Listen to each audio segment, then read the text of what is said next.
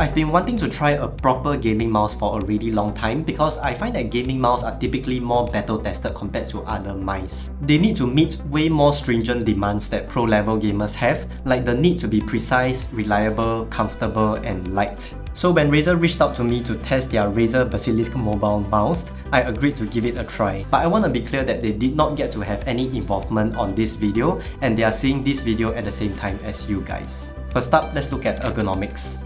Razer's Basilisk lineup has a greater focus on ergonomics compared to their other models. On the left side of the mouse, there is a wing here to support the thumb, as well as some curvature to conform to the meaty parts of our palm.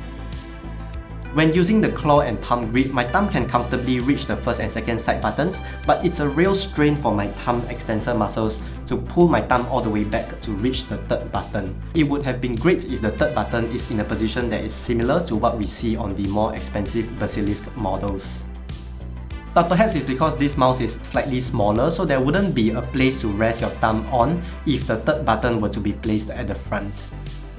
As for the left and right buttons, there's some amount of concavity to conform to the curvature of our finger pads, as well as to keep the fingers in place. The right button sits lower than the left button, and this is to mimic the natural resting position of our fingers. This is because there is a natural tendency for the left side of our wrist to lift up slightly due to the passive tension from our forearm muscles. And that is why the index finger will hover at a taller height compared to the middle finger in the resting state. Therefore, having the buttons at different heights help to keep the index and middle fingers closer to their resting position. And if you were to compare it with something like the MX Anywhere 3S, the left and right buttons are symmetrical, and therefore it doesn't account for this anatomical feature of our fingers. But that's not to say that symmetrically shaped mice are bad, because the benefit they offer is that they will work for both left and right-handers, so manufacturers can capture a wider range of users. The click force feels light enough for FPS games, and there's no issue with any finger fatigue when playing RTS games like League of Legends and StarCraft 2. The Razer Basilisk Mobile has a relatively high hump at the back, and this is obvious when I put it side by side with the MX Anywhere 3S. You can see that when I'm using the MX Anywhere 3S, there is a fair bit of gap between the arc of my hand and the mouse, but with the Razer Basilisk Mobile, there is way more support for the palm, which makes me lean towards claw and palm grip. I held onto the mouse continuously for about 20 minutes while playing League of Legends, then I used my thermal camera to take an image to show you the areas of support. Over here, you can see that the main areas of support are at the back around the hump area, as well as on the left side of the mouse where there is the curvature for the thumb.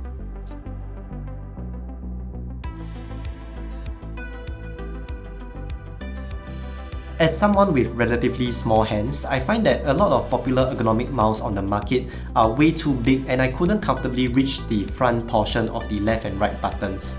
So I kinda have to settle for the MX Anywhere 3S because it's small enough for my hands, but not necessarily the most ergonomic. But after trying this Razer Basilisk Mobile, I think that the ergonomics is very good for my small hand, and perhaps it can also be marketed for teens or ladies with smaller hands, not necessarily just for those who want a portable mouse.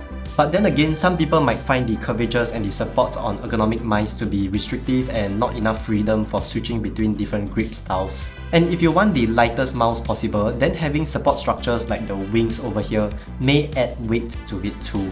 So it really depends on your personal preference. I just want to put this out there for a more balanced perspective. Next up, let's talk about the weight. This Razer Basilisk Mobile weighs just 76 grams without the dongle attached to it. I believe the main reason this mouse could achieve this light weight is because it is a smaller mouse after all, compared to the other Razer gaming mice which are a fair bit larger. And this one doesn't have any LED lights at the bottom, unlike the higher end Basilisk mice, so that probably helped to shave off some weight as well. Next up, let's talk about the noise. Personally, I like a quiet mouse that doesn't produce too much noise from the buttons so that it doesn't bother people around me when I'm using it.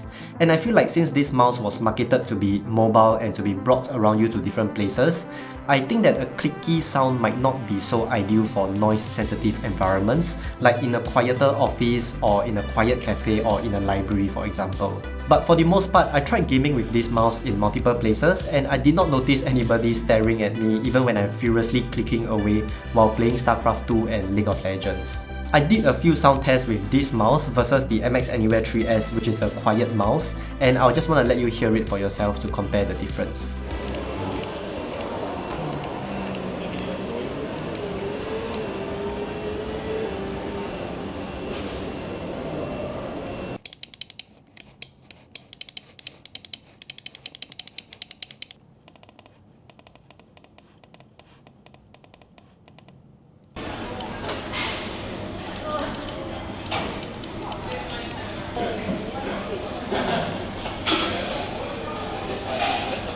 Next up, the scroll wheel. The Razer Basilisk Mobile has a 4-way scroll wheel, which means that you can move it left and right to register clicks as well, apart from the usual forward and backward scrolling. I personally set the left and right movement to adjust the mouse sensitivity, so I can quickly adjust the DPI for work and different types of games. The scroll wheel has 2 modes that you can easily switch to by pressing the button behind the scroll wheel. The first mode is the tactile cycling mode, where the scroll wheel moves in segments. This is a feature available on some productivity mice as well, such as my MX Anywhere 3S, but the notch feeling on this Razer mouse is significantly more pronounced, so I think it should help to prevent accidental over-scrolling for FPS games. The second mode is the free spin scrolling mode, where the scroll wheel will spin very smoothly and quickly, and this allows you to scroll through long work documents faster. Using the Razer Synapse app, you can also configure the scroll wheel to spam a certain action while in this mode, like repeatedly spamming like and subscribe on the screen so that your viewers will hopefully do that. Next up, let's talk about the build quality. It is made of lightweight plastic with a matte texture, and there are grippy textures at the side for extra grip. I was able to feel some flex when pressing very hard on the sides, but it didn't give way. The sliding pads at the bottom are made of 100% PTFE to help the mouse slide more smoothly. But since this mouse was marketed to be portable and to be brought outdoors with you, I was kind of curious how well it will slide under different surfaces, because if you were to bring it outdoors, then you will certainly encounter less than ideal surfaces that may be rougher or more uneven compared to the smooth desk mat that we have at home. So I tested it on multiple surfaces. The first one is on a table in a food court, as well as another table in McDonald's, and the last one is on a study table with a surface that is not very smooth, like it's made of laminated wood. I would say that it is still perfectly reasonable to use this mouse on those surfaces for work and web browsing, because it does still track reasonably well, but you are definitely not going to want to play ranked games on those surfaces. Next up, let's look at connectivity. This mouse offers 3 types of connections. The first one is wired connection, and you can use the included USB-C cable to do that. The second one is using its hyperspeed technology for 105 hours of use. The last one is via Bluetooth 5.0, which gives longer battery life of up to 180 hours, but the latency and polling rates will not be as optimal.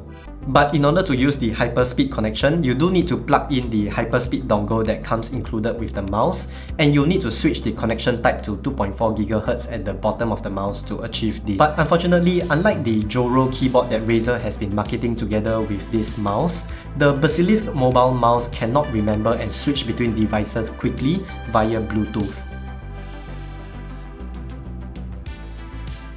I have to forget this mouse completely from the current device that is using it before it can be discoverable on another device. What this means is that there will be extra steps needed to switch Bluetooth connection between multiple computers. Although this is not an issue if you were to use the included hyperspeed dongle and you were to turn on the 2.4 GHz connection, but you will still need to use Bluetooth for devices like iPads and phones, since it is not as easy to attach the USB-A dongle to those devices.